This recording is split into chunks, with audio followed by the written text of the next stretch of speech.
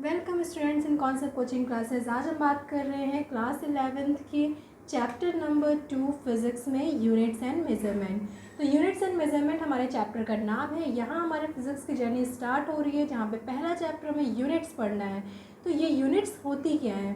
Unit यानी एक, हम लोग बोलते हैं ना यूनिट, यानी हमने 10th क्लास में पढ़ रखा था 1 यूनिट निकालो। इलेक्ट्रिसिटी में 1 यूनिट निकालते थे, 1 किलोवाट आवर, यानी इलेक्ट्रिसिटी हमने कितनी खर्च की? 1 यूनिट। नहीं, वो 1 यूनिट नहीं है। ये 1 यूनिट कुछ और है। ये क्या है? यानी यहाँ पर यूनिट्स का मतलब क्या है? यूनिट्स का मतलब जैसे हिंदी मीडियम वाले बच्चों को मैं बता दूँ, मात्रक कहते हैं ना, मात्रक। तो मात्रक पढ़ने से पहले यहाँ पे यूनिट्स एंड मेजरमेंट दो चीज़ें बोली जा रही है। यहाँ पर चैप्टर का नाम है यूनिट्स एंड मेजरमेंट। तो मेजरमेंट तो आपको क्लियर है, यूनिट में अभी बताती हूँ थोड़ा सा आगे। पहले मेजरमेंट क्लियर कर लीजिए कि मेजरमेंट क्या होता है। मेजरमेंट यानी किसी चीज़ को मेज़र करना, किसी चीज़ को नापना। और आप बताओ कि क्या नापने के लिए हमारे पास हम कैसे मेज़र करते हैं? अगर मैं आपको फॉर एग्जांपल बोल दूं कि ये जो टेबल है आप इसको मेज़र करिए, या ये जो आपके घर से आपके कोचिंग की डिस्टेंस है, आपके स्कूल की डिस्टेंस है, आप उसको मेज़र करो, तो आप कैसे मेज़र करोगे? आप मुझे बताओ। आप क्या बोलोगे? आप बोलोगे कि ये, आप क्या करोगे, कोई ना कोई एक चीज़ आपके पास होनी चाहिए ना। यानी मेज़र करने के लिए आपको मैं कहूँ कि आप इसे मेज़र करो, इस टेबल को आप मेज़र करो, लेकिन मैं आपको कुछ भी नहीं दूँ। आप तुरंत बोलोगे कि इंची टेप लाइए, मैं मेज़र कर दूँ। आप बोलोगे स्केल ला के दीजिए, मैं मेज़र कर दूँ। यानी आपको किसी न किसी चीज़ की ज़रूरत पड़ रही है, इंची टेप की या स्केल की। या अगर मैं आपको कहूँ कि नहीं, आपको मैं कुछ भी नहीं दूँगी फिर भी आप मेज़र करो, तो आप क्या करोगे? अपने हैंड स्पैन से मेज़र करोगे। आप हैंड स्पैन से बोलोगे ये 1 एंड 2, ये हैंड स्पैन है आपका, और इस तरह से आप मेज़र कर लोगे। ठीक है, तो आपको किसी न किसी चीज़ की ज़रूरत पड़ी किसी चीज़ की मेज़र करने के लिए, तो यही होता है मेज़रमेंट। यानी मेज़रमेंट में हमें क्या चाहिए होता है? किसी भी फिजिकल क्वांटिटी का मेज़रमेंट करना है हमें, तो हमें उसको कंपैरिजन करना पड़ता है किसी बेसिक और आर्बिट्री जो हमने पहले से चूज़ कर रखा है, कोई वो बेसिक चीज़ हमारे पास पता हो और हम उससे उसको मेज़र करते हैं। अब देखिए, डेली लाइफ में आपको मेज़र करने का ज़रूरत तो पड़ती है कि नहीं? तो इसका मतलब कि मेज़रमेंट पढ़ना हमारे लिए ज़रूरी है। मैं क्यों बार बार आपको इस तरह से बोल रही हूँ? क्योंकि हम लोग जो जर्नी स्टार्ट करने जा रहे हैं, हमें बिना रीज़न के ब्लाइंड बिलीफ में कोई चीज़ नहीं पढ़नी है। तो सबसे पहले अगर हम यूनिट एंड मेजरमेंट पढ़ने जा रहे हैं, तो हमें क्लियर होना चाहिए कि मेजरमेंट की ज़रूरत हमें पड़ती है। तो ये इससे तो कोई भी नहीं कहेगा कि हम मेजरमेंट की ज़रूरत नहीं पड़ती, बिना मेजरमेंट के हम काम कर लेंगे। आप टेलर के पास भी जाते हो, तो आप कपड़े सिलवाने जाते हो, आपको मेजरमेंट की ज़रूरत पड़ती है। आप घर बनवाओगे, आपको मेजरमेंट की ज़रूरत पड़ेगी। यहाँ तक कि आपको अगर अपने छोटी छोटी चीज़ों के लिए भी आपको मेजरमेंट की ज़रूरत पड़ती है। जैसे कि आप खाना बनाओगे, बिना मेजरमेंट के आप खाना कैसे बनाओगे? बिना मेजरमेंट के कोई काम नहीं हो सकता है। आप अपनी हाइट तक मेज़र करते हो, तो अपना हाइट वेट मेज़र करते हो, तो आप मेजरमेंट की ज़रूरत होती है। और सबसे बड़ी चीज़, आप टाइम जो मेज़र करते हो, टाइम भी एक तरह की फिजिकल क्वांटिटी है जिसको आप मेज़र करते हो। किसके थ्रू मेज़र करते हो? क्लॉक के थ्रू मेज़र करते हो, वॉच के थ्रू मेज़र करते हो। ठीक है, तो अब आते हैं मेजरमेंट की ज़रूरत। तो हमें पता चल गया कि मेजरमेंट की क्यों ज़रूरत है। अब देख लेते हैं कि physics describe the laws of nature, ये तो हमने पढ़ लिया। दिस डिस्क्रिप्शन, अभी जो फिजिक्स का डिस्क्रिप्शन है, यानी जो नेचर है, जो नेचर हमारी जिस तरह से वर्क कर रही है, उसका डिस्क्रिप्शन हमें पढ़ने के लिए हमें पता है कि डिस्क्रिप्शन कैसा होना चाहिए? क्वान्टिटेटिव। यानी क्वान्टिटेटिव का मतलब कि लिखा हुआ कुछ होना चाहिए, रिटन होना चाहिए, जिसे हम पढ़ सके, समझ सके, गिन सके। क्वांटिटेटिव का मतलब कैसे? गणना करने योग्य होना चाहिए, कैलकुलेट करने योग्य होना चाहिए। और इन्वॉल्व मेजरमेंट, अब कोई भी चीज़ क्वांटिटी में है अगर, तो उसको मेजर करना होगा, तभी तो क्वांटिटी उसकी पता चलेगी, और उसको किसी फिजिकल क्वांटिटी से कंपेयर करना पड़ेगा। तो हम क्या बोलेंगे कि ये जो डिस्क्रिप्शन होता है, डिस्क्रिप्शन क्या होता है आपका? क्वांटिटेटिव होता है और involve measurement and comparison of physical quantity. जिस तरह से अगर मेजरमेंट की डेफिनेशन लिखनी हो, तो हम क्या बोलेंगे कि measurement of any physical quantity involve comparison with a certain basic arbitrarily chosen quantity. ठीक है, ये आपको, आप बिल्कुल परेशान मत हो कि आपको नोट्स कहाँ से मिलेगी। मैं तो बुक लेके बैठ गई हूँ, बुक से पढ़ा रही हूँ, आपको बुक से बता रही हूँ, कुछ भी लिख नहीं रही हूँ, तो आपको कैसे समझ में आएगा? जहाँ मुझे ज़रूरत होगी लिखने की, मैं आपको लिख कर भी समझाऊंगी। और साथ ही साथ आपको नोट्स के लिए बिल्कुल बेफिक्र रहना है। मैं आपको पूरी नोट्स हैंड रिटन आपको पीडीएफ बॉक्स में, पीडीएफ में डिस्क्रिप्शन बॉक्स में आपको अवेलेबल करवाऊंगी। और साथ ही साथ मैं आपको एक प्रिंटेड नोट्स ऑफ सॉल्यूशन भी आपको दूंगी। तो आपको इसके लिए परेशान होने की ज़रूरत नहीं है। न्यूमेरिकल्स होंगे तो असाइनमेंट मैं आपको दूंगी और ये सब आपको फ्री ऑफ कॉस्ट मिलेगा।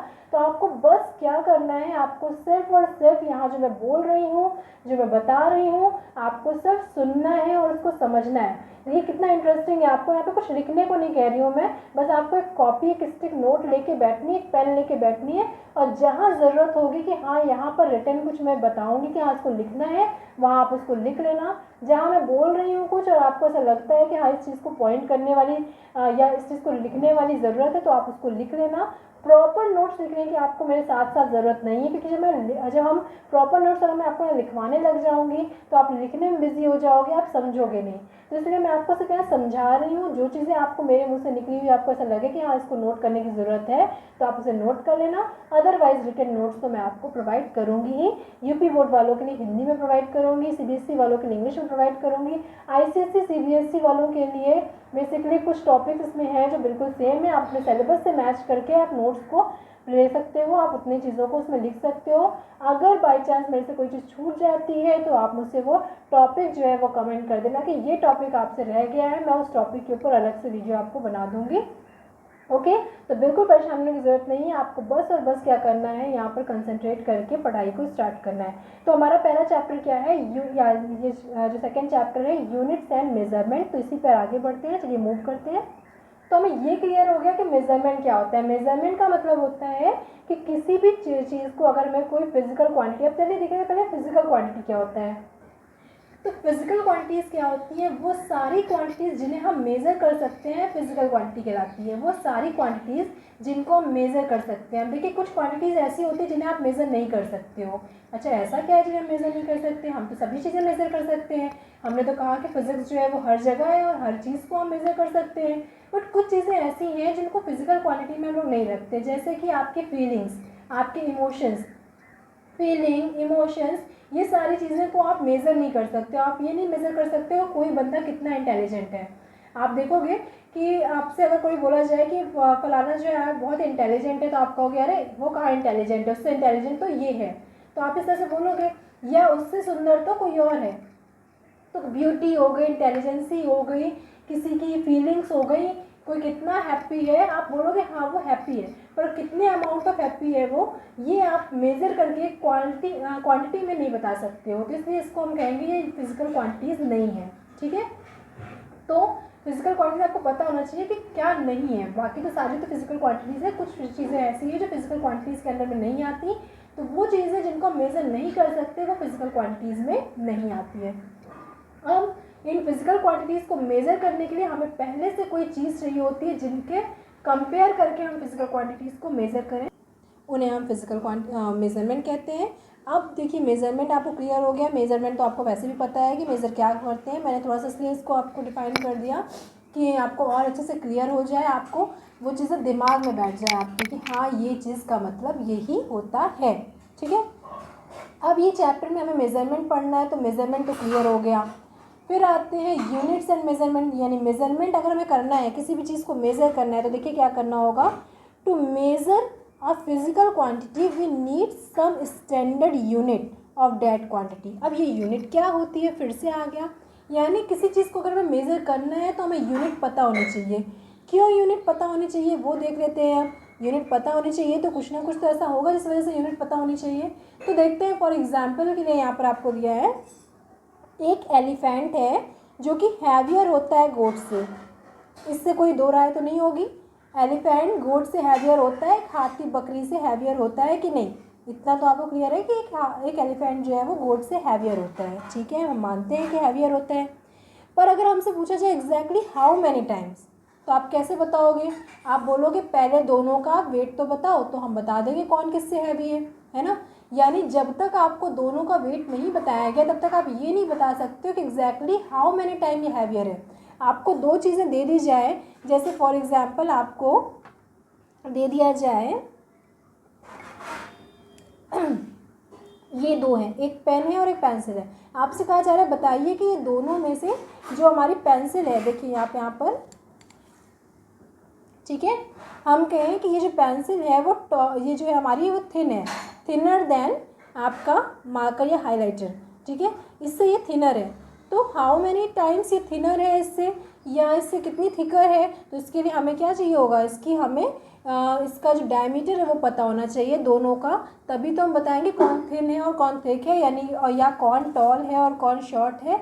ये बताने के लिए हमें ये पता होना चाहिए कि दोनों की वैल्यूज़ क्या हैं। This question can be easily answered if we have chosen a standard mass, और ये तभी आंसर्ड होगा जब हम एक स्टैंडर्ड मास चूज़ कर लें, जिसको हम कहते हैं यूनिट मास, ठीक है। तो ये यूनिट मास क्या होता है, एक स्टैंडर्ड मास होता है। फॉर एग्जांपल जब आप जाते हो सब्जियां खरीदने के लिए, तो आप वहाँ पे क्या करते हो, आप जो उसका जो मेज़रमेंट वाला टूल होता है, तो उसमें उस तराजू के ऊपर आप एक तरफ एक स्टोन रखा जाता है जिसका एक फिजिकल यूनिट होती है, 1 किलोग्राम का बट्टा है, ये 2 किलोग्राम का बट्टा है, आपको वो चीज़ दी जाती है, वो रखी जाती है। क्यों रखी जाती है कि आपको वो रख दिया जाता है और दूसरी साइड उसी से कंपेयर करके उसमें आपका अमाउंट ऑफ जो भी आप लेने गए हो, वेजिटेबल्स लेने गए हो या आप राशन लेने गए हो, तो उसमें रखा जाता है और दोनों को फिर कंपेयर किया जाता है। दोनों जो आपके तराजू है उनको कंपेयर किया जाता है, जो भी आपका उसको सिस्टम को कंपेयर किया जाता है उस पर्टिकुलर बट्टे से, और फिर देखा जाता है अगर दोनों बराबर आ जाता है तो वो इतना अमाउंट आप लेके आ जाते हो। तो वहाँ पर वो जो आपका बट्टा है 1 kg का स्टोन है,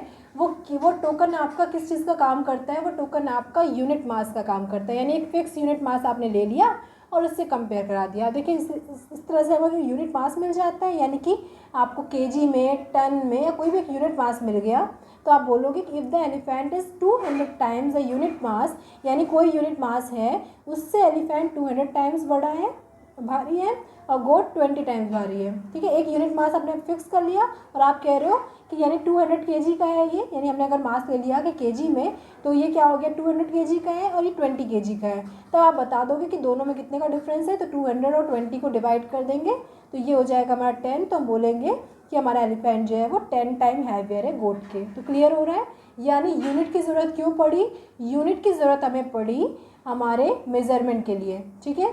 तो हमने पढ़ा मेज़रमेंट की ज़रूरत क्यों चाहिए हमें, तो मेज़रमेंट की ज़रूरत इसलिए है कि बिना मेज़रमेंट के हमारी लाइफ पॉसिबल नहीं है, हमें कुछ ना कुछ मेज़र करने की ज़रूरत पड़ती है। अब अगर मेज़र करना है तो मेज़र करने के लिए हमें कोई एक यूनिट चीज़ चाहिए होगी जिसके कंपेयर करा सकें हम, कोई एक यूनिट थिंग हमें दे दो, उससे हम कंपेयर, यानी केजी दे दो तो केजी से हम कंपेयर करा दें कि अगर ये 1 kg का, जैसे फॉर एग्जांपल आप जाते हो मार्केट में, जाते हो आप कभी रिबन वगैरह लेने के लिए जाते हो या कोई कपड़ा लेने के लिए जाते हो, अगर आप, तो अगर आप सिर्फ 1 मीटर का कपड़ा या 2 मीटर का कपड़ा लेने जा रहे हो, तो आप देखते हो कि जो आपका शॉपकीपर होता है वो क्या करता है कि 1 मीटर लेंथ की स्केल रखता है और उस 1 मीटर लेंथ की स्केल से ही कंपेयर करा के आपको 10 मीटर या 4 मीटर या 5 मीटर का कपड़ा आपको दे देता है। तो वो 1 मीटर की स्केल आपके लिए क्या काम की, वो यूनिट लेंथ का काम की, और उस यूनिट लेंथ के ही उससे यूज़ से आपने क्या किया, 10 मीटर की चीज़ निकाल ली। जैसे कि घरों में खाना बनाया जाता है तो आपने क्या किया था, एक मेज़रमेंट के लिए आपने कप ले लिया, आपने 1 कप मेज़रमेंट के लिए ले लिया। अब आपको अगर 4 कप पानी डालना है या 4 कप आपको दूध डालना है, तो आप क्या करोगे, वो 1 कप आपका यूनिट लेंथ हो गया या यूनिट मास हो गया आपका वो 1 कप, और इस यूनिट मास से आपने 4 कप जो है मेज़र कर लिया।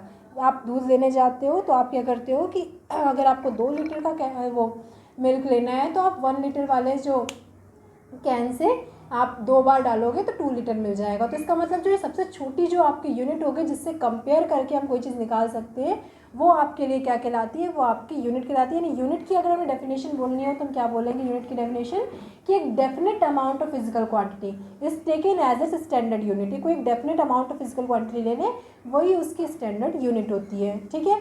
और स्टैंडर्ड यूनिट ऐसी होनी चाहिए जो ईजिली रिप्रोड्यूसिबल हो, आराम से आप रिप्रोड्यूस कर सको। अब ऐसा नहीं है कोई ऐसी चीज़ बना लो कि जब ज़रूरत पड़े तो आपको वो चीज़ हो ही नहीं आपके पास। जैसे कि हमें पता है, हम पहले भी पढ़ के आ रहे हैं कि हम हैंड स्पैन पहले के टाइम पे यूज़ करते थे।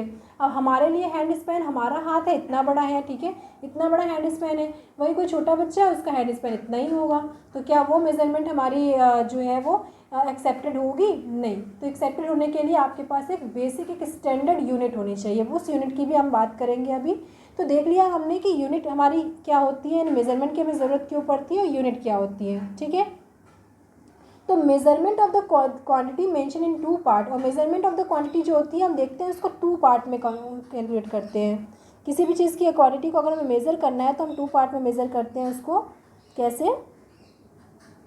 हम बोलते हैं 2 आवर्स जैसे यहाँ पर देखिए बात कर रहे हैं, तो फर्स्ट पार्ट हमारा क्या कहलाता है, फर्स्ट पार्ट कहलाता है how many times of the standard unit, and second part हमें देता है name of the unit. Second part हमें बताता है उसका नाम कि वो आवर में है, सेकेंड में है, मिनट में है, किलोग्राम में है, ग्राम में है, टन में है, मीटर है, सेंटीमीटर है, किलोमीटर है, वो हमें कौन बताता है, सेकेंड पार्ट। और फर्स्ट पार्ट बताता है कि उसका मैग्नीट्यूड कितना है, उसकी वैल्यू कितनी है। जैसे कि suppose I have to study for 2 hours, मुझे 2 घंटे पढ़ना है, 2 घंटे पढ़ना है, तो उसके लिए जो न्यूमेरिक पार्ट हो गया 2 जो हो गया वो हमें बताएगा कि 2 टाइम्स ऑफ द यूनिट है, और आवर हमें बताएगा कि उसकी यूनिट का नेम क्या है। तो यहाँ पर आवर जो हो गया उस यूनिट का नेम हो गया, और जो आपका 2 जो है वो उसकी वैल्यू हो गई।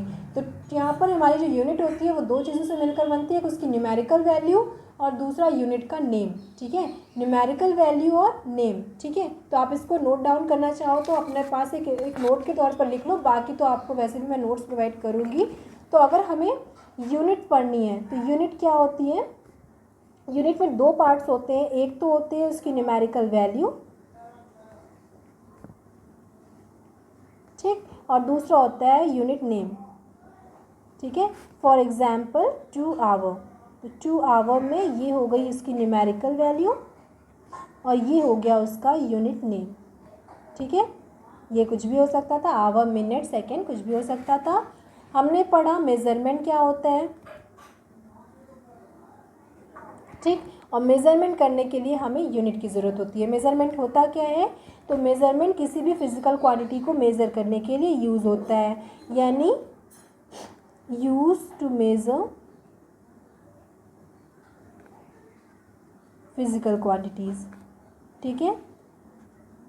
फिज़िकल क्वांटिटीज़ को मेज़र करने के लिए मेज़रमेंट की ज़रूरत पड़ती है, और फिर मेज़रमेंट से हमें क्या मिलता है, मेज़रमेंट हमें कैसे मेज़र करेंगे, यूनिट से मेज़र करेंगे। यूनिट क्या होती है, 2 टाइप्स की होती है, यानी यूनिट इंक्लूड करती है 2 टाइप्स, न्यूमेरिकल वैल्यू और यूनिट नेम, क्योंकि यूनिट्स तो भी हम आगे देखेंगे कितने टाइप्स की होती है। तो ये हमने अभी तक इतना पढ़ा। आई होप कि आपको इतना क्लियर हो गया होगा और इसके पीछे का रीज़न भी क्लियर होगा कि हम इसको क्यों कर रहे हैं, ठीक है।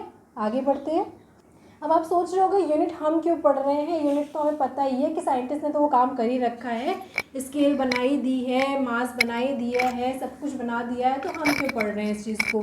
तो अगर साइंटिस्ट ने इस चीज़ को बना दिया तो हमें पता होना चाहिए ना कि कोई भी चीज़ अगर उन्होंने शुरुआत की होगी, यानी कोई साइंटिस्ट होगा तो उसने कैसे सोचा होगा। तो उसने सबसे पहले कोई चीज़ अगर मेज़र करनी पड़ी होगी उसको, तो मेज़र करने के लिए उसने कहा कि 1 कप हो गया, 2 कप हो गया या 4 कप हो गया, इससे काम नहीं बन रहा है, हैंड स्पैन से काम नहीं बन रहा है, हमें एक एग्जैक्टली वैल्यू चाहिए जो हर जगह एक्सेप्टेबल हो। तो उसके लिए उन्होंने कहा कि चलिए एक स्टैंडर्ड यूनिट बनाते हैं। हम देखेंगे स्टैंडर्ड यूनिट कौन डिसाइड करता है और कैसे इसको चूज़ किया गया कि हाँ यही स्टैंडर्ड यूनिट होगी, वो सब हम देखेंगे। तो यूनिट की ज़रूरत क्यों पड़ी, वो उन्होंने देखा कि किसी चीज़ को मेज़र करने के लिए यूनिट की ज़रूरत पड़ती है। यूनिट को हमने अगर ये बोला कि ये 2 है, अगर हम आपसे बोले कि आपका घर यहाँ से कितनी दूर है, तो आप बोलोगे 2, तो हम बोलेंगे 2 क्या, 2 गधा या 2 घोड़ा, 2 क्या, तो आप बोलोगे ना, आपको बताना पड़ेगा स्पेशली कि 2 किलोमीटर है, 2 मीटर है, 2 आपका सेंटीमीटर है, क्या है। नहीं तो हम पता चला कि क्या होगा, आपको भी अधूरी नॉलेज मिल रही है ना। अगर आपके घर से आपका स्कूल मेज़र करना है, और साथ साथ अभी हम आगे देखेंगे नेक्स्ट चैप्टर में देखेंगे हमें डायरेक्शन की भी ज़रूरत पड़ती है, तो हमें वो बाद में देखेंगे। लेकिन फिलहाल हमें ये पता होना चाहिए, कम से कम आप अभी पूरी इन्फॉर्मेशन नहीं दे रहे हो, डायरेक्शन नहीं बता रहे हो, तो इतना तो बता दो कि आपका स्कूल से हमारे घर का दूरी जो है वो कितनी है। तो आप 2 किलोमीटर बताओगे तब जाके पूरी प्रोसेस ख़त्म होगी, पूरी इन्फॉर्मेशन आपको मिलेगी। सिर्फ 2 बता देने से काम नहीं चलेगा। आपको बोला जा रहा है कि आप जाओगे दुकान पर, बोलोगे कि 2 दाल दे दो, तो 2 दाल क्या, वो 2 पीस दाल का तो निकाल के नहीं देगा, आपको 2 किलो चाहिए, या 2 आपको 2 किलो चाहिए, 200 ग्राम चाहिए, या 2 आपको 2 पाव चाहिए, कितना चाहिए आपको वो बताना पड़ेगा ना। तो यानी कि आपको यूनिट सिर्फ आपकी न्यूमेरिकल वैल्यू से काम नहीं चलेगा, उसके साथ आपको उसकी यूनिट नेम भी बताना ज़रूरी है, ठीक है। तो इस तरह से क्लियर हो गया कि यूनिट की ज़रूरत क्यों पड़ती है। अब नेक्स्ट देखते हैं हम पार्ट कि who decided the unit, units को डिसाइड कौन करता है, कि यूनिट्स क्या है, उनको डिसाइड कौन करेगा कि कितनी यूनिट रखी जाए। तो क्योंकि अब स्टैंडर्ड यूनिट चाहिए हमें, ऐसा थोड़ी है कि कोई भी यूनिट बना दे रहा है। अब जैसे नोट्स बनानी है तो नोट्स छापने का काम आपका आरबीआई करेगा कि हर घर में कोई भी नोट्स छाप सकता है। तो ऐसे ही आपका अगर यूनिट बनानी है तो एक स्टैंडर्ड यूनिट बनाने के लिए एक ऐसी यूनिट होनी चाहिए जो हर किसी के लिए एक्सेप्टेबल हो। यानी कि अगर फॉरेन से भी कोई आए या बाहर से भी कोई आए तो उसको पता होना चाहिए कि हाँ ये स्टैंडर्ड यूनिट है, हमने अगर इसमें इस चीज़ को मेज़र करा है तो वो सबके लिए एग्जैक्टली इक्वल हो। जैसे हैंड स्पैन वाला केस नहीं हो जाए कि मेरा हैंड स्पैन की लेंथ कुछ और है और आपके हैंड स्पैन की लेंथ कुछ और है, मेरे फुट स्टेप की लेंथ कुछ और है। यानी कि हम बोलते नहीं कि 1 कदम 2 कदम, तो हमारे घर से तुम्हारे घर की दूरी जो है वो इतने कदम है। तो क्या कदम तो किसी के छोटे बड़े फुट स्टेप हो सकते हैं, तो वो आपका एग्जैक्टली एक्सेप्टेबल नहीं है। तो चलिए देखते हैं कि हु डिसाइडेड यूनिट।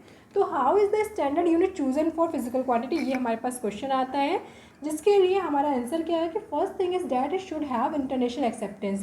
तो अगर हमें स्टैंडर्ड यूनिट चुननी है तो उसकी इंटरनेशनल एक्सेप्टेंस होनी चाहिए, यानी वो इंटरनेशनल लेवल पे उसको सब लोग माने कि हाँ ये चीज़ जो है वो सही है। Otherwise everyone will choose his or her own unit for the quantity and it will be difficult to communicate freely among the person distributed over the world. Clear हो रहा है ना ये आपको कि इससे क्या होगा, कम्युनिकेट करने में दिक्कत होगी, हर कोई अपने अपने हिसाब से बताएगा। आप यहाँ बैठे हो, आप अमेरिका में बैठे किसी फ्रेंड से बात कर रहे हो या और आप उससे बोल रहे हो कि हमारा जो हैंड स्पैन है, जो आप क्या करना, 1 हैंड स्पैन की दूरी ले लेना, एक आपने 4 हैंड स्पैन की दूरी ले लेना। आप उससे बात कर रहे हो, वीडियो कॉल पे आप बात नहीं कर रहे हो, आपके हैंड स्पैन को मेज़र भी नहीं कर पा रहा है, तो वो कैसे वो बात करेगा, वो अपने हैंड स्पैन से करेगा, हो सकता है छोटा निकल जाए। ठीक है, तो हमें फिक्स समय ऐसी चीज़ चाहिए जो कि ऐसी यूनिट चाहिए जो इंटरनेशनल एक्सेप्टेंस हो। आई होप आपको क्लियर हो रहा होगा चीज़ें। तो अब देखते हैं उसके लिए कौन आगे आया। तो a body name Conference Generale des Poids et Mesures और CGPM also known as General conference on wait and Measures. इसको ये भी कहा जाता है general conference on wait and Measures. आप इसको याद कर लेना, General conference on wait and Measures. याद भी क्या करना है, आप समझ लो इस चीज़ को कि ये एक बॉडी है कि जगह है general conference on wait and measure, जो इंग्लिश में थी। In has been given the authority to English in England में give to authority to decide the units by international agreement. तो इन्होंने एक अधिकार दिया कि अब इंटरनेशनल एग्रीमेंट के लिए हमें कोई चीज़ यूज़ करनी पड़ेगी और बताना पड़ेगा कि वो यूनिट कितनी होगी और क्या होगी। ठीक है, तो ये एक कंपनी थी, ये बॉडी थी जो इसने डिसाइड किया। हु डिसाइड द यूनिट, तो General conference on wait and Measures ने डिसाइड किया इस चीज़ को। अब आगे देखते हैं कि यूनिट्स को डिसाइड कर दिया, तो पहले देखते हैं कि क्या है, कैसे है, यूनिट्स कितने टाइप की होती हैं। हमने पढ़ा यूनिट क्या होती है और यूनिट कौन डिसाइड करते हैं। अब यूनिट डिसाइड हो गई तो कितने टाइप की होती हैं वो पढ़ना है। तो चलिए आगे देखते हैं। तो हम यहाँ देखेंगे there are large number of physical quantities which are measured in every quantity needs a definition of unit. और हम देखते हैं बहुत सारी क्वांटिटीज़ होती है और हर क्वांटिटी के लिए यूनिट की ज़रूरत होती है। However not all the quantities are independent of each other. हर एक जो होती है वो एक दूसरे के से इंडिपेंडेंट नहीं होती है। कुछ क्वांटिटीज़ देखो, हमें ये पता है कि तरह तरह की क्वांटिटीज़ होती है, लेंथ, मास, टाइम, आपका टेम्परेचर, बहुत सारी क्वांटिटीज़ होती है और हर एक क्वांटिटी को हमें क्या होती है, वेलोसिटी हो गया, एक्सेलरेशन हो गया, टाइम हो गया, ये सारी क्वांटिटीज़ जो हैं जिनको हमें मेज़र करना पड़ता है और मेज़र करने के लिए यूनिट की ज़रूरत पड़ती है। अब अगर हमें सारी क्वांटिटीज़ की यूनिट याद करने लग जाएँ या इन सारी क्वांटिटीज़ को याद करने लग जाएँ तो बहुत टाइम लग जाएगा और याद करने में भी दिक्कत होगी। तो इसलिए हम लोग क्या करते हैं, यहाँ पर क्वांटिटीज़ को 2 पार्ट में डिवाइड करते हैं। अगर क्वांटिटीज़ 2 पार्ट में डिवाइड हो जाएंगी तो उनकी यूनिट्स भी 2 पार्ट में डिवाइड हो जाएंगी। तो क्वांटिटीज़ को हम लोग 2 पार्ट्स में डिवाइड करते हैं। क्यों डिवाइड करते हैं, मैंने कहा ना आपको हमेशा तुरंत जैसे ही एक वर्ड में बोलो तुरंत आपको उसके पीछे क्यों ज़रूर आना चाहिए। तो क्वांटिटीज़ को हम लोग 2 पार्ट में डिवाइड करते हैं। क्यों 2 पार्ट में डिवाइड करते हैं, क्योंकि क्वांटिटीज़ हमारी जो होती है बहुत सारी होती हैं और हर क्वांटिटी को याद करना हमारे लिए पॉसिबल नहीं है, इसलिए हम क्वांटिटीज़ को 2 पार्ट्स में डिवाइड कर देते हैं। किस बेसिस पर, एक वो क्वांटिटीज़ है जो बिल्कुल इंडिपेंडेंट होती हैं, जो किसी पर डिपेंड नहीं करती, जिनको किसी और के हेल्प से निकाला नहीं जा सकता है, और दूसरी क्वांटिटीज़ वो जो डिराइव क्वांटिटी होती है, जो दूसरी क्वांटिटी की हेल्प से निकाली जा सकती है। अगर कोई चीज़ दूसरी क्वांटिटी की हेल्प से निकाली जा सकती है तो हम डायरेक्टली इसको निकाल लेना, क्यों हम उसको याद करें। ठीक है, तो एक हो गई हमारी फंडामेंटल क्वांटिटी और दूसरी हो गई हमारी डिराइव क्वांटिटीज़। ठीक है, तो देखते हैं यहाँ पर। तो इस तरह से हमने क्या कहा कि जो हमारी फंडामेंटल क्वांटिटीज़ होती हैं वो 2 टाइप से डिफाइन कर सकते हैं। एक होती है फंडामेंटल क्वांटिटीज़, यानी 2 क्वांटिटीज़ होती हैं। एक हो गई फंडामेंटल क्वांटिटीज़ जो कि हमारे इंडिपेंडेंट होती हैं एक दूसरे से, यानी दो एक दूसरे पर बिल्कुल डिपेंड नहीं करेंगी। जैसे कि फॉर एग्जांपल आपका लेंथ एक फंडामेंटल क्वांटिटी है, वो किसी और से आप नहीं निकाल सकते हो। लेकिन वहीं पर आप कह रहे हो एरिया, तो एरिया क्या होता है, लेंथ का स्क्वायर, लेंथ इंटू ब्रेथ। तो आप क्या कर सकते हो, वो स्क्वायर होता है तो आप लेंथ से, यानी अगर लेंथ की यूनिट मीटर हो गई तो एरिया की क्या हो जाएगी, मीटर स्क्वायर, वॉल्यूम की क्या हो जाएगी, मीटर क्यूब। तो इस तरह से हम कह सकते हैं कि लेंथ हमारी फंडामेंटल यूनिट है या फंडामेंटल क्वांटिटी है। लेंथ फंडामेंटल क्वांटिटी है, उसकी यूनिट मीटर जो हो गई उसकी आपकी फंडामेंटल यूनिट हो गई। वहीं आपका जो एरिया, वॉल्यूम हो गया, ये सब डिराइव्ड क्वांटिटी है जो कि आपकी फंडामेंटल क्वांटिटी से निकलती है। और इनकी जो यूनिट्स होती है, मीटर स्क्वायर, मीटर क्यूब, ये डिराइव्ड क्वांटिटीज़ कहलाती हैं। ठीक है, तो fundamental quantities are those quantities that are independent of each other. ठीक है, all other quantities may be express in term of fundamental quantity. और भी जितनी होती है उनको डिराइव कहते हैं, जिन्हें हम फंडामेंटल के रिलेशन में या उनके टर्म्स में लिख सकते हैं। ठीक है, इतना क्लियर हो गया। तो हमने कहा कि दो क्वांटिटीज़ होती है, एक होती है फंडामेंटल क्वांटिटी, दूसरी होती है डिराइव्ड क्वांटिटी। फंडामेंटल क्वांटिटीज़ वो होती हैं जो एक दूसरे से क्या बोल रही हूँ, इंडिपेंडेंट होती हैं। और वहीं पर आपकी जो डिराइव क्वांटिटीज़ होती हैं वो क्या होती हैं, फंडामेंटल क्वांटिटीज़ पर डिपेंड करती हैं। ठीक है, अब आते हैं हमारे कि फंडामेंटल क्वांटिटीज़ जो होती हैं, अगर फंडामेंटल क्वांटिटीज़ हैं तो इनकी यूनिट्स क्या कहलाएगी, fundamental unit. And derive quantities हैं तो इनकी यूनिट क्या कहलाएगी, डिराइव्ड यूनिट। ठीक है, तो यहाँ पर देखिए, the units defined for the fundamental quantities are called fundamental unit and those obtained for the derived quantities are called derived unit। Clear हो गया। तो इस तरह से हम कहेंगे कि जो हमारा, जैसे कि one can take speed and time as fundamental quantity. अब हम अगर स्पीड और टाइम को फंडामेंटल क्वांटिटी ले लें तो ये रॉन्ग हो जाएगा कि स्पीड एंड जो आपका स्पीड और टाइम है वो स्पीड जो है हमारे लिए वो क्या हो जाएगी, हमारे लिए स्पीड जो है वो फंडामेंटल क्वांटिटी हम मान सकते हैं। उसको बजाय मानने के लिए क्या होगा कि हम स्पीड को फिर ले लें ऐसा कि स्पीड जो है वो इंडिपेंडेंट है, और हम टाइम को कह दें कि टाइम से हमने स्पीड निकाला, डिस्टेंस और टाइम के फॉर्मूले से हमने स्पीड निकाला है। तो किसी एक चीज़ को फिक्स मान लें और उनसे दो अलग चीज़ों को निकाल लें। तो जिसको फिक्स माना वो आपकी फंडामेंटल क्वांटिटी हो गई, और जिनको निकाला हमने वो डिराइव क्वांटिटी हो गई। पर आपको ये थोड़ा सा कॉन्सेप्चुअल चीज़ें हैं, थोड़ी सी आपको क्लियर नहीं हो पाएंगी, तो आपको बेसिक चीज़ें आपको बस एक अंडरस्टैंडिंग बनानी है ना। तो आप इतनी अंडरस्टैंडिंग बना के चलो कि हमारे पास जो फंडामेंटल क्वांटिटीज़ होती हैं वो कुछ ही होती हैं जिनको हम याद कर लें और उनकी हेल्प से हम डिराइव क्वांटिटीज़ को निकाल लें, जिससे हमारे पास दो यूनिट्स मिल जाएंगी, फंडामेंटल यूनिट्स और दूसरे डिराइव यूनिट्स। क्लियर हो गया, बस इतना ही देखना है आपको। आप देखते हैं फंडामेंटल यूनिट्स जो हमने बोला कुछ यूनिट्स हैं वो कितनी हैं। तो ये जो फंडामेंटल यूनिट्स हैं हमारे पास वो 7 टाइप्स की होती हैं। ठीक है, तो इनको देख लेते हैं कि 7 टाइप्स की कौन कौन सी होती हैं। लेकिन उनसे पहले हम थोड़ा सा और भी चीज़ें देख लें कि हमारे पास जो सिस्टम ऑफ यूनिट्स होती हैं इनके अलावा और कौन कौन सी सिस्टम ऑफ यूनिट होती है। तो एक तो ओके, पहले हम देख लेते हैं थोड़ा सा इसको अच्छे से। जो तो हमने पढ़ा कि यूनिट्स कितने टाइप की होती है। अभी तक हमने जो जो पढ़ा है वो क्या पढ़ा कि मेजरमेंट की ज़रूरत क्यों पड़ती है और यूनिट क्या होती है, यानी यूनिट को किसी चीज़ को मेजर करने के लिए यूनिट की जरूरत पड़ती है। यूनिट को दो टर्म में लिखते हैं, एक न्यूमेरिकल वैल्यू और एक यूनिट के नेम में। जैसे 2 आवर में 2 न्यूमेरिकल हो गया और आवर जो हो गई उसका यूनिट नेम हो गया। फिर कौन डिसाइड करता है यूनिट्स को, तो हमने कहा कि General conference on wait and Measures जो है वो डिसाइड करता है कि हमारा यूनिट मास, यूनिट लेंथ या यूनिट टाइम या यूनिट जो है वो क्या होगा। फिर उसके बाद हमने देखा कि जो क्वांटिटीज़ होती हैं वो 2 टाइप्स की होती है, फंडामेंटल एंड डिराइव्ड क्वांटिटीज़। इनके हिसाब से 2 तरह की यूनिट्स भी हो गए, fundamental unit and derived units. अब आगे बढ़ते हैं, देखते हैं कि जो सिस्टम ऑफ यूनिट है उसमें कौन कौन से सिस्टम्स होते हैं, क्या होते हैं, उनको देखते हैं। देखिए, in earlier time scientist of different countries were using different system of unit for measurement. पहले के टाइम पर साइंटिस्ट जो है मेजरमेंट के लिए तरह तरह के यूनिट्स का यूज़ करते थे।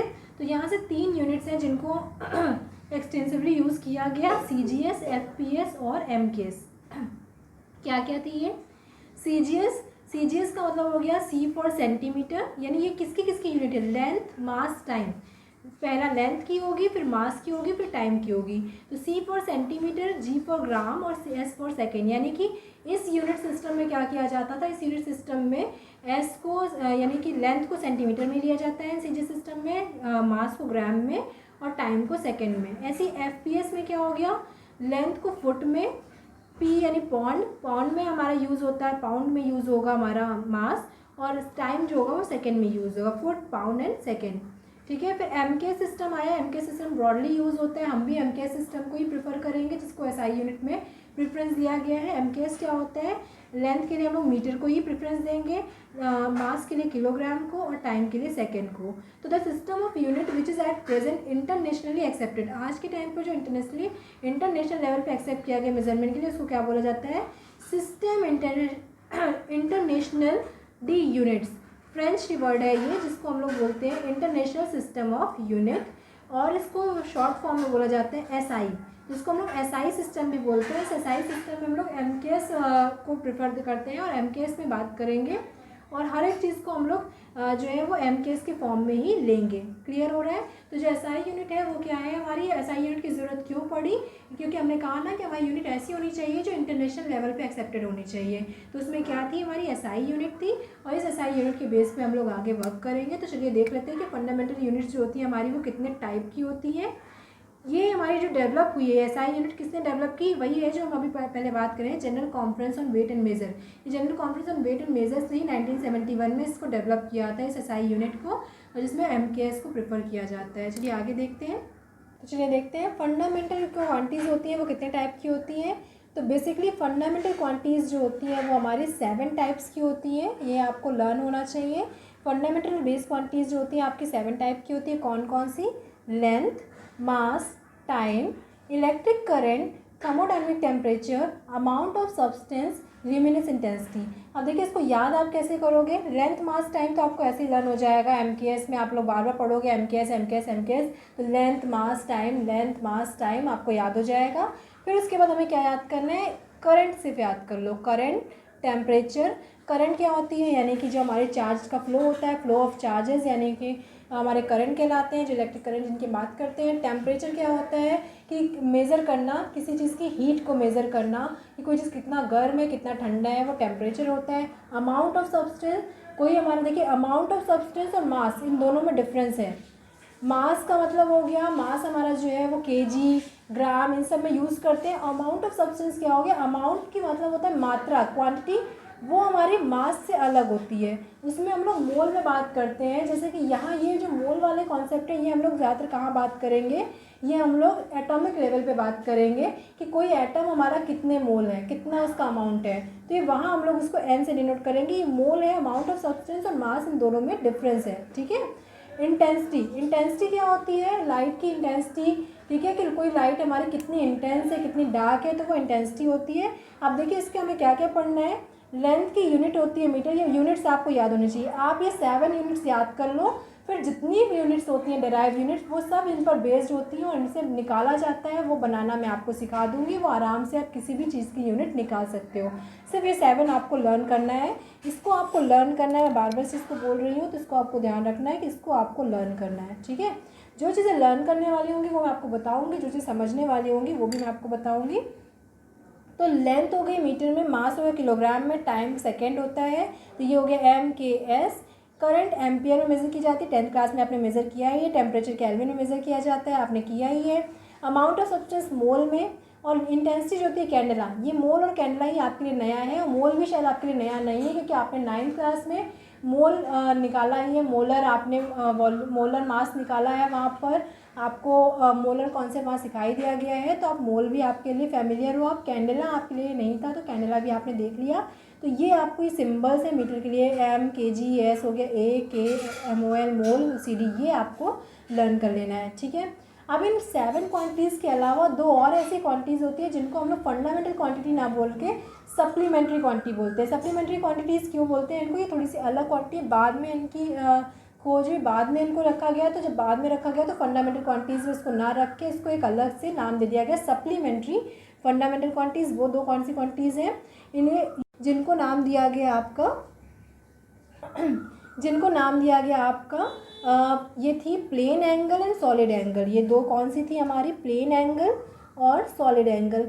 इन दोनों के लिए, प्लेन एंगल के लिए जो यूनिट होती है वो रेडियन होती है, और सॉलिड एंगल के लिए इसको रेड से डिनोट करते हैं, और जो सॉलिड एंगल के लिए होती है उसको स्टेरेडियन कहते हैं, जिसको SR से डिनोट करते हैं। ठीक है, अब ये एंगल और यानी आपका ये प्लेन एंगल और सॉलिड एंगल होता क्या है, अगर हम कोई प्लेन है, ये प्लेन पर हम कोई एंगल लेते हैं, यानी कोई प्लेन पर हम किसी चीज़ के बीच में, दो चीज़ों के बीच में एंगल निकाल रहे हैं, तो उसे हम प्लेन एंगल बोलते हैं। जैसे कि हमारे लिए फॉर एग्ज़ाम्पल यहाँ पर एक ट्राइंगल टाइप का बना हुआ है, और आप क्या कर रहे हो, सरफेस का एंगल निकाल रहे हो। तो ये जो डी थीटा आपने एंगल निकाला है, क्या है, प्लेन एंगल, क्योंकि आप प्लेन में निकाल रहे हो इसको।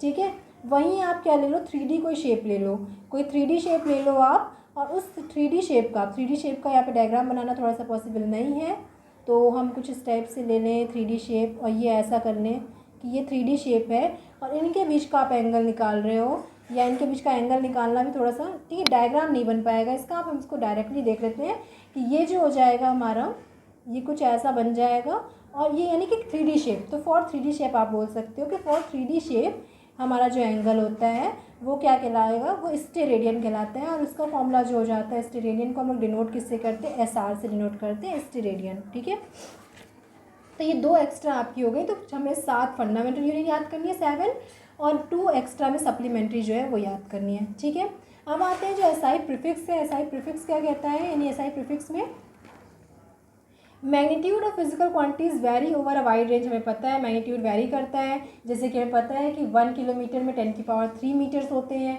1 मीटर में 10⁻² सेंटीमीटर होते हैं। तो इन्हीं प्रीफिक्स कहते हैं, यानी कि we talk of separation between 2 proton के अगर बीच की बात करें तो हमें पता है 10⁻⁻15 मीटर की दूरी होती है उनके बीच में। ऐसी और भी चीज़ें हो गई, अभी हम इसके ऊपर ज़्यादा डिस्कशन नहीं कर रहे हैं। अभी हम आपको सिर्फ ये एक SI प्रीफिक्स बता दें जिसको आपको याद कर लेना है।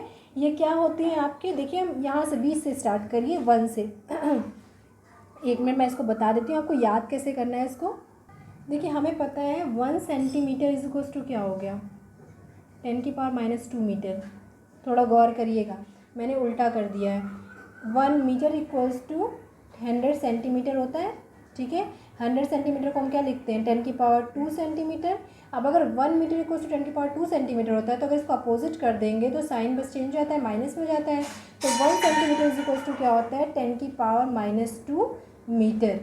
ठीक है, डैट मीन्स सेंटीमीटर किससे डिनोट होगा, -2, तो सेंटीमीटर किससे डिनोट होगा, 10⁻⁻² से। ठीक है, ऐसे ही देखिए एक और बता देती हूँ, किलोमीटर।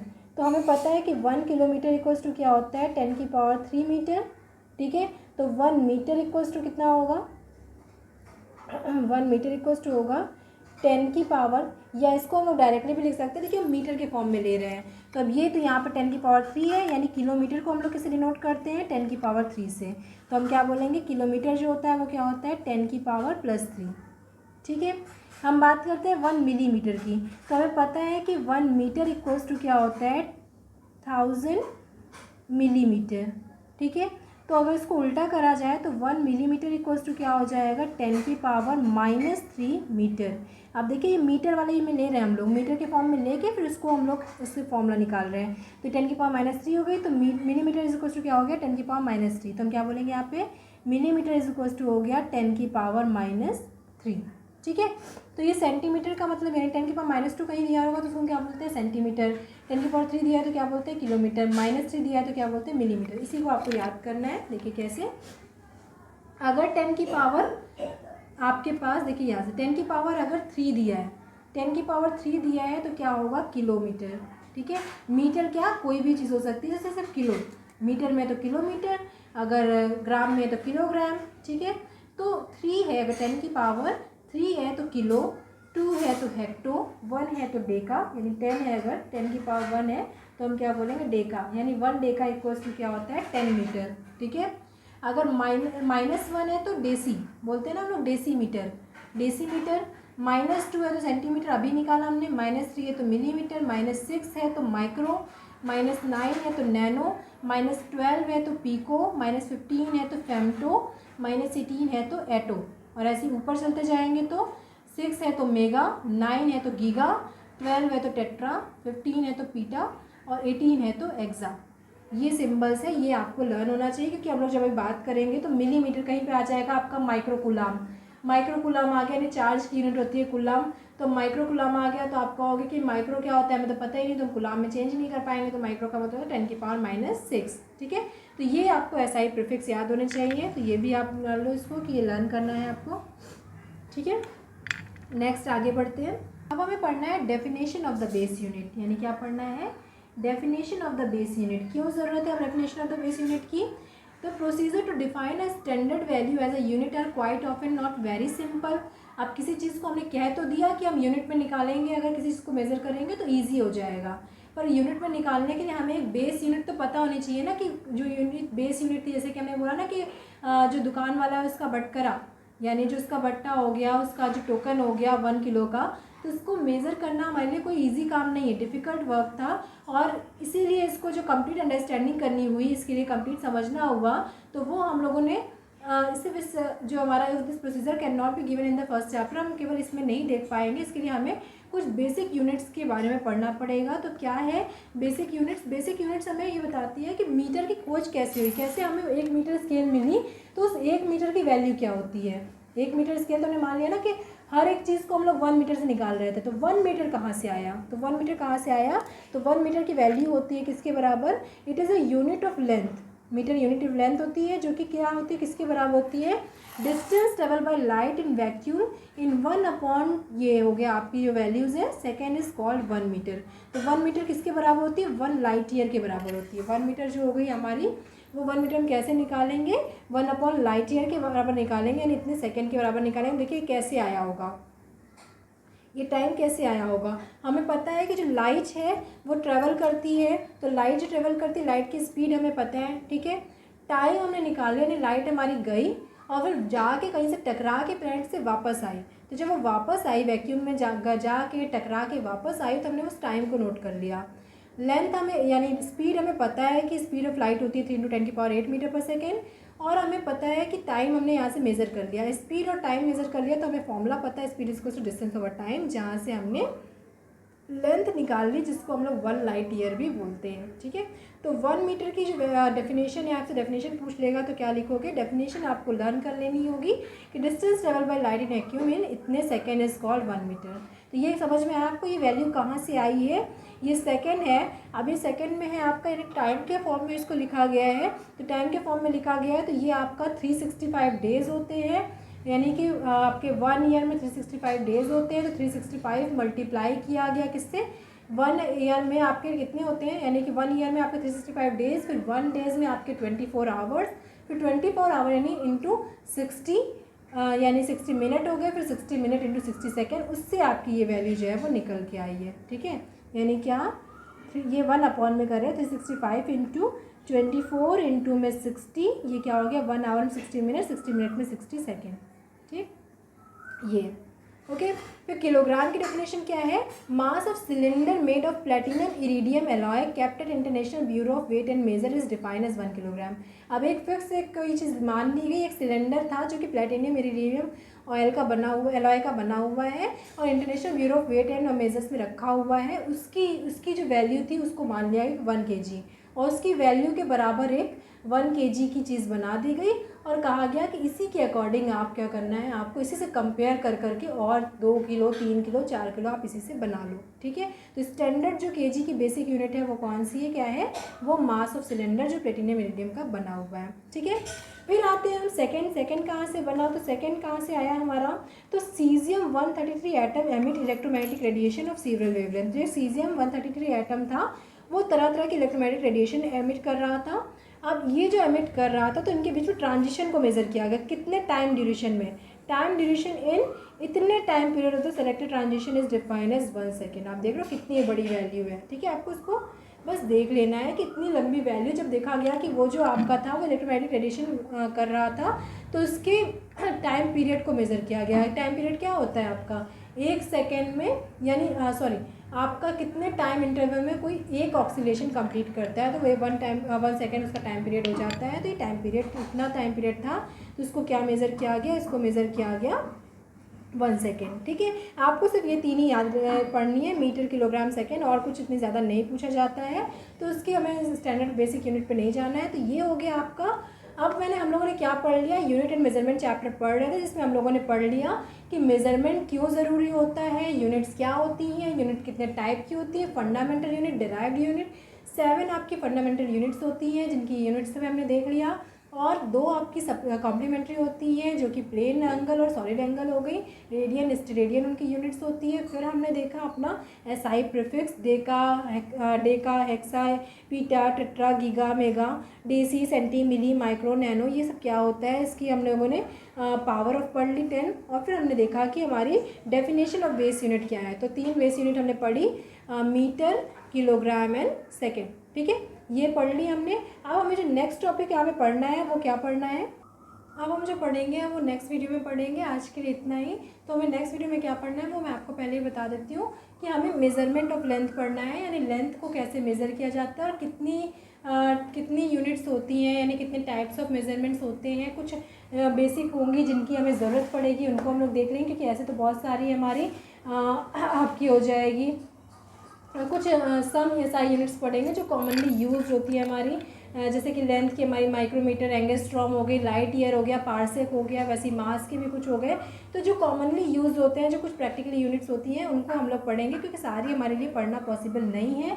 फिर यहाँ पर एक पैरेलैक्स मेथड होता है, उसको देखेंगे कि वो क्या होता है, और हमारे बड़ी बड़ी यूनिट्स, बड़ी जो लेंथ होती है उनको कैसे मेज़र किया जाता है, और जो छोटी लेंथ होती है यानी कि एटम साइज़ की जो लेंथ होती है उन्हें कैसे मेज़र किया जाता है, या प्लैनेट की डिस्टेंस जो है वो कैसे निकाली जाती है, यानी लार्जर लेंथ और स्मॉलर लेंथ दोनों कैसे निकाली जाती है, वो हम नेक्स्ट वीडियो में पढ़ेंगे, यानी पैरेलैक्स मेथड में उसको देखेंगे। और फिर पैरेलैक्स मेथड के बाद हमारा जो नेक्स्ट टॉपिक होगा वो एरर होगा। तो नेक्स्ट वीडियो में हम एरर और अपने मेजरमेंट ऑफ जो लेंथ, मास एंड टाइम है उसको हम आपको कवर करने की कोशिश करेंगे। तो चलिए, तब तक के लिए thank you for watching this video. Good bye, good luck students, please enjoy the subject you study. अब तो आपने ले ही लिया है इस सब्जेक्ट को, तो अब तो बिल्कुल ये सोचना ही नहीं है कि इसको बस कैसे भी करके पढ़ना है। अब एक बार सब्जेक्ट ले लिया है तो बस अब इसको इतना अच्छे से पढ़ लीजिए, इतना एंजॉय करके, इतने मस्त होकर पढ़ लीजिए कि अब हम पढ़ रहे हैं, यानी उखली में सर दे दिया है, तो अब तो आप कुछ भी करवा लो, अब तो हम इस सब्जेक्ट को बिल्कुल अच्छे से प्रिपेयर कर लेंगे। ये जो मोटो है वो आपको, ये मोटिवेशन आपको स्टार्टिंग से लेके चलनी है। मैं रोज़ आपको जब भी पढ़ाऊँगी तो मैं आपको मोटिवेशन देती रहूँगी, लेकिन आपको खुद से भी ये मोटिवेशन रखनी है कि अब तो हमने एक सब्जेक्ट ले ही लिया है। जब ले लिया है तब तो हम इसको बिल्कुल एंजॉय करके हम मस्त होके पढ़ेंगे और इसमें हम अच्छा करके दिखाएंगे। ठीक है, तो चलिए, तब तक के लिए मिलते हैं फिर नेक्स्ट वीडियो में। Good bye, best of luck.